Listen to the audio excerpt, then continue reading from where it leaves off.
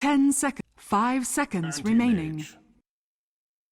A bit of more push emphasis, try to unseat Weehaw from the lane. Actually gonna go for a skewer here, but it's Earth Spike under the tower. He's got actually the tower on his side now. The right click will come through for Weehaw first. So and he buys too. He doesn't lose gold on that. So it's nothing but the tree's been very inactive, very passive, and now actually it's gonna be another kill.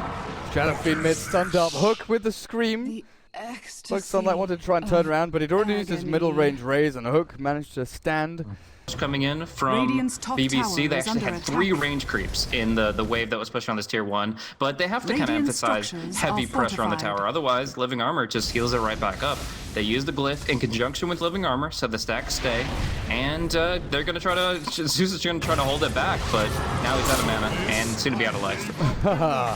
Slims back, sends one hero away, but Akashi comes in with a quick raise down onto Levy. The Disruptor falls. Hook close to 4,000 net worth, but that's soon to be cut short as Dichira right-click down. The healing from J4 just about, but Slims back. That's his death. Skewer in. Dichira does not have Omni Slash, and he doesn't have mana if he even had that back on cooldown. Oh! Somehow. And the zap. Lena suddenly, oh, okay, finger of death the other way. Lena suddenly hits level 6, pops the ultimate immediately, but King Arn's been holding it in reserve for a while, and now the lightning strikes.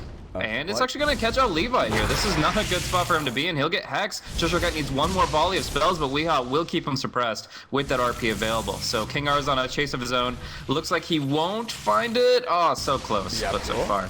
Yeah, I'm still coming in to try and find Life Striker, but that Treant went invis. The stupid fade time. Poor old Treant got zapped by the Laguna Blade. Yeah, I thought he was just going to try to break down the trees with the LSA, but no, he goes in just straight for the jugular with the 500, 650 gold away from his Battle Fury. Also the fact that you can now buy Broadsword. Oh, Cheshire Cat dived under near the tier 2 as King R wants a hex, and he will get it onto Hook. Where's the follow through though? Earth Spike into what? Double raise? Might just be enough. Will be actually as Exist goes in onto King R. He's got his Mana Void, but with Sunlight there, the Shadow Fiend deters him from... Oh, skewer back on Dichira down bottom, but he just slashes and turns it hard on the Magnus. That was actually just a pretty easy pickup for him and didn't even fall through on the Disruptor. So, yeah, ambitious play from the Magnus, I suppose, but it only just kind of... This tier 1, they'll bring it down. There's Glyph. There's probably Living Armor as well, but there's the TP reaction coming in. They're holding up for as long as they can. Blink forward, exit now exists. The big LP comes back out though. Weehaw Sonic Wave takes them down. The Aegis Immortal will bring back the Juggernaut with the Omni Slash. Who can he target? Who can he find? He finds Weehaw. No bounces back onto anyone else until the last second. Hook takes a slash to the face. Yules, there's no Requiem. A couple of raises here and there, but Life Striker A will keep Yapzora alive. In the back end, oh, J4, Silent Stop actually, Anti-Mage is coming back in. Exist wants to fight. He's going to cut the creep wave. That was actually such random number generation coming in from the Juggernaut. I don't know. It's just like when you go into it and you have 2 targets, clearly you're gonna... To the move that we were talking about, kind of bait out the AM. I don't know if it was entirely intentional. He was going for that tier 1 for a hell of a long time. They got the ball into the RP. Juggernaut, he respawned back up now. Blink forward, Exist. Static Storm onto King R. The Skewer not landing, but it'll be moved back, and Exist will try and clean this up. With the Light Striker Ray, they'll quickly finish him off as Akashi. He's got the BKB and Requiem with one more raise. No, not quite enough to take down Weehaw. He's still going in deep here behind the tier 3. You'll stop, but Thunder goes ground. That's what we want. Life Striker away from Yapzor. Keeps him in place. Exists now looking for the damage, but Living Armor. Overgrowth. And Exists has nowhere to run. A minute on the sidelines. He's got buyback, but extending it here just completely ruins your farm progression. And it's literally right there, him dying, is 100% him choosing Manta style, or Vladimir's over Manta style. He would absolutely have Manta right now without a Vlad's pickup, but he wanted it for the push and the guaranteed 100% HP health pool whenever he's farming. So it's just a decision to prioritize the Vlads over the Manta that gets him caught in Overgrowth, and the Overgrowth is a kill. So brutal, but it is what it is. Now Akashi going in, comboing up his spells, and Yapzor will be bolted down. So the mid-racks are gone. Hook with a great turn, and they will come back Akashi for another kill.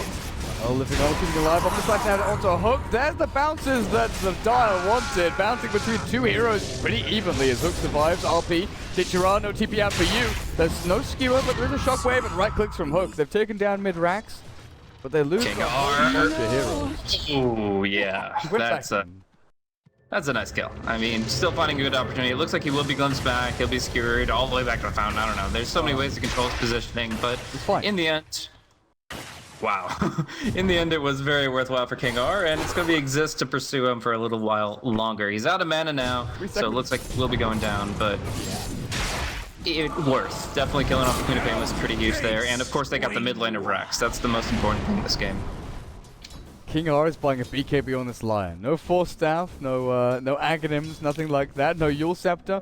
Straight for that BKB. Mana drain one of the illusions, Hex the real one hopefully, and then yeah, there you go for your fight. We're gonna see the Hex come out and that Overgrowth again connecting.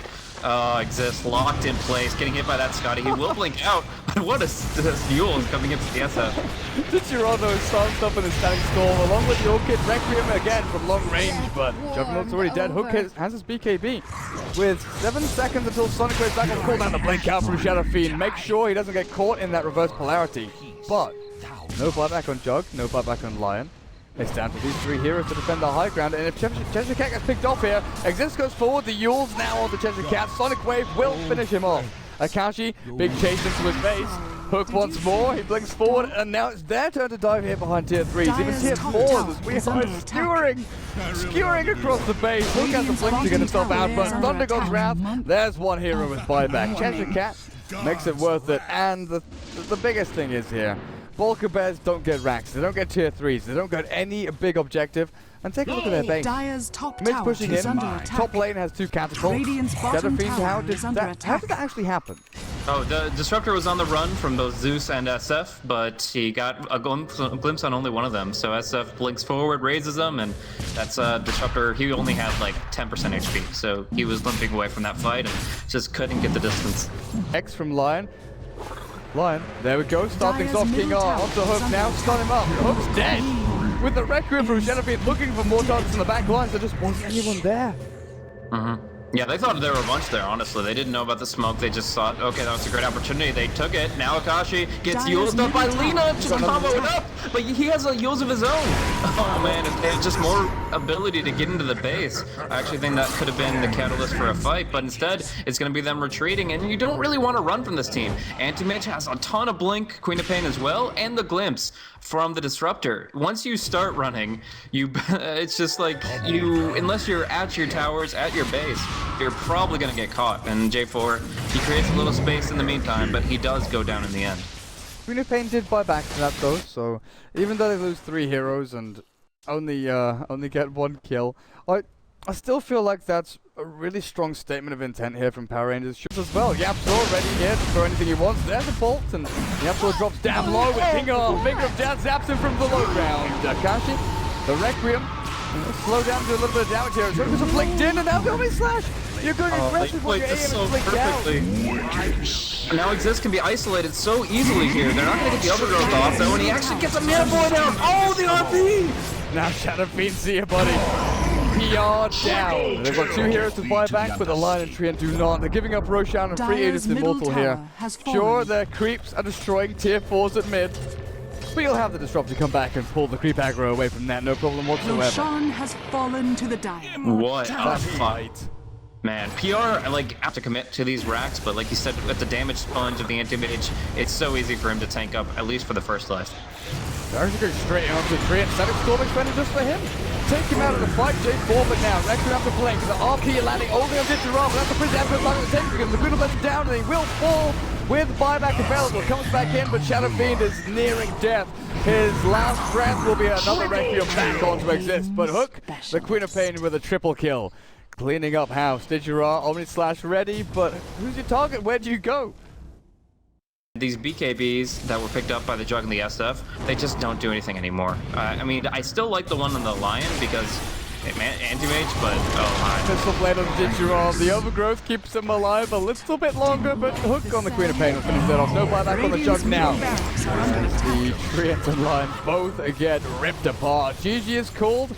Game 2, guys. Balkan Bears bringing it back. We're going to a Game 3 here in the playoffs. Radiant's middle tower. Yeah, that early Rax was huge for the side of Power Rangers, but obviously not enough to cinch them the win.